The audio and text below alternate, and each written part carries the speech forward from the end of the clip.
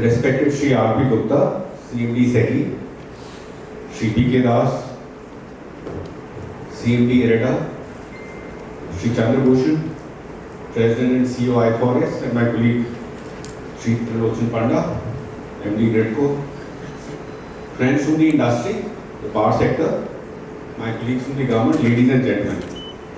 It's a pleasure to address you at the Odisha Solar Investor Conclave 2024, a significant step forward in our collective journey towards a sustainable and energy secure future. On behalf of the Energy Department, Government of Odisha, I extend a very warm welcome to all of you. We've had very meaningful and insightful talks by all the previous speakers. Dr. Chandra Bhushan set the context of the conclave very well. He spoke about three key things. For renewable energy, he spoke about the demand being there, supply being there in the context of Odisha, and of course the policy framework also being there. My colleague Mr. Panda spoke about what initiatives we've taken moving forward. We have the policy in place, and we have the investors here. And Mr. P.K. Das, of course, gave an open offer of extending assistance, financial support to all initiatives within the framework of IRETA, SEBI and RBI. So I think we are all set and we should be moving forward. These are very interesting times. Odisha is on the cusp of a transformative energy transition. And as we continue to grow and industrialize, the demand for reliable, clean and affordable energy has never been more important.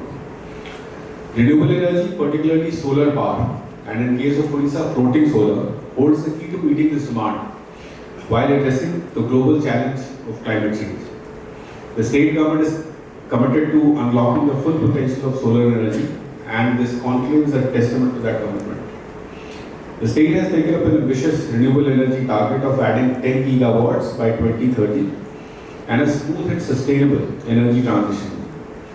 Today's discussions and presentations are designed to foster meaningful partnerships, explore innovative solutions, and identify investment opportunities that align with Odisha's vision for clean energy. The presence of such a diverse group of stakeholders, from policymakers, developers, financial institutions, and technology providers, underscores the importance of collaboration in achieving our renewable energy goals. We in Odisha are determined to create an enabling environment for renewable energy investments. Our policies and initiatives are geared towards ensuring ease of doing business, facilitating infrastructure development, and providing the necessary support to stakeholders. I am confident that the deliberations and discussions today, apart from highlighting Odisha's strengths and opportunities in the solar energy sector, will pave the way for actionable outcomes that will benefit both RE companies and RE adopters, propelling Odisha towards a cleaner, greener and more prosperous future. The Odisha Solar Investor Conclave is a precursor to the state's flagship investment summit, Utkarsh Odisha, scheduled on the 28th and 29th of January 2025. I urge all stakeholders, developers, investors and financial institutions to actively explore their future investment opportunities in Odisha. Together, we can and we must build a cleaner, greener energy future for the state. Thank you so very much.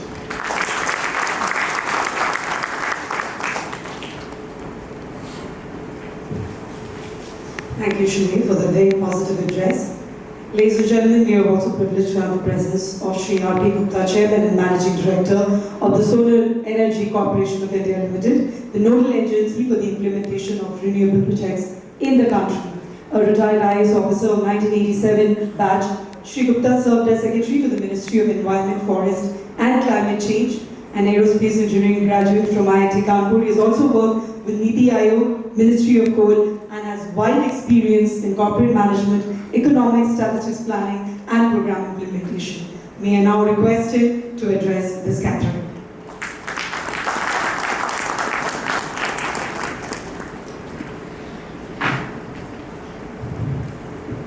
Good morning to everyone.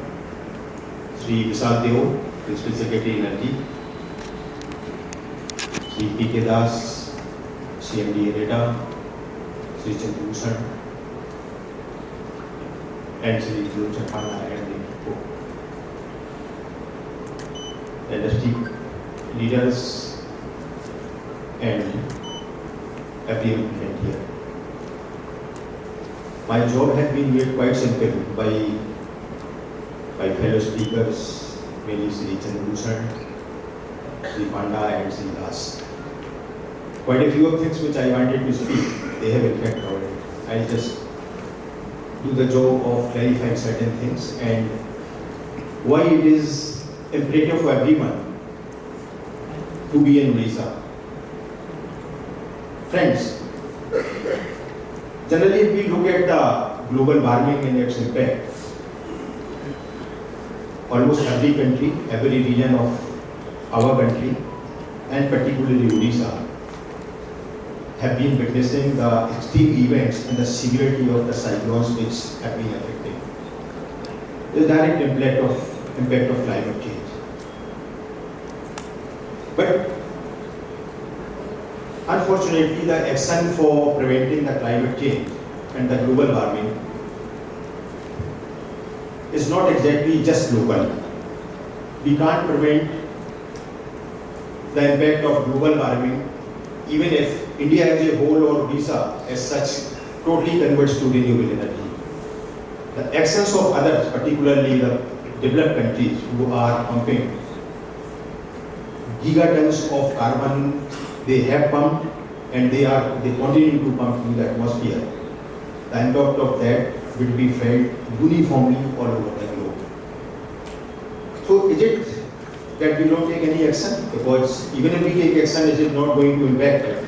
Unless others also take action, do we sort of just sit quiet? No. There are other aspects of fossil fuel which have local impact. And as Mr. Das has rightly said, look at what is happening in NCR. The pollution, particularly air pollution, is direct impact of what we do locally. The pollution is not due to what US is doing, what European Union is doing, or for Delhi what Odisha is doing. Pollution is actually the factor responsible for it are local. And as ex-Secretary of Environment, Government of India, let me tell you, the air pollution is worsening almost everywhere. Earlier, Bombay, Chennai, the places which are on the sea coast, they had very good air quality. But as I have seen and you might have read in the newspapers, the air quality of Bombay, Chennai and all the coastal regions, and I am sure I have not looked at the data of Odisha, but if you look at over a period of time, the air quality everywhere is worsening. So that is where the local action is also required. We all know we have our global commitment for climate change. 2030 we have to have 500 gigawatt of non-fossil energy. By 2070 we have to have net zero for India. And when we talk of India, every state has to contribute in getting to that, in getting to those targets. Odisha has been conventionally, it has been blessed with the natural resources, particularly coal, and in energy terms it's basically coal, and if I am correct, having been in Ministry of Coal, it contributes almost 30 to 35% of the total coal production of the country. So this eastern region as such has been the energy supplier of the country so far. But when it comes to renewable energy, the situation is different. Renewable energy, particularly solar and a lot of wind also, its natural potential is much more in the western region. There is another factor which favors western region. Solar plants for production of for generation of 1 unit of energy, they roughly require 50 times land compared to conventional energy. The simple calculation say solar plant requires about 4 acres per megawatt, thermal plants require about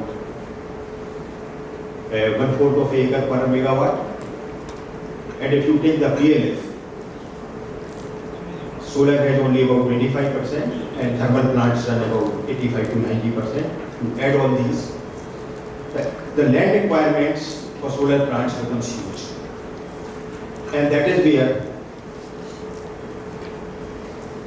the kind of land, and if we look at the complexity of the land laws and availability of land, steering and navigating the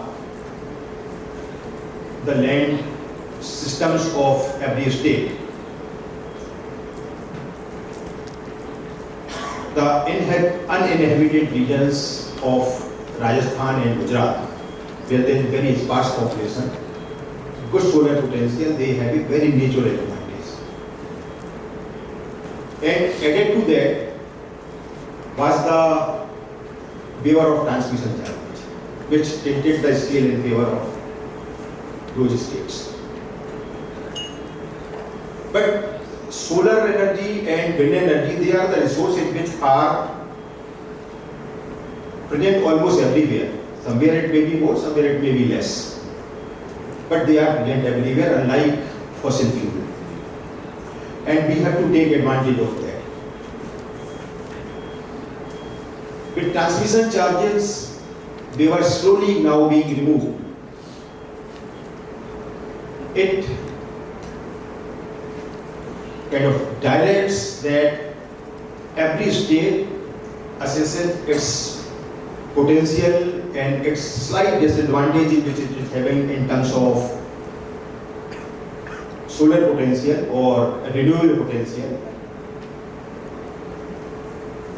Counterweight along with the transmission charges, which if you are going to import energy from western region, then just balance out, and I think it will make much more sense for Odisha particularly to develop this renewable energy locally. What we need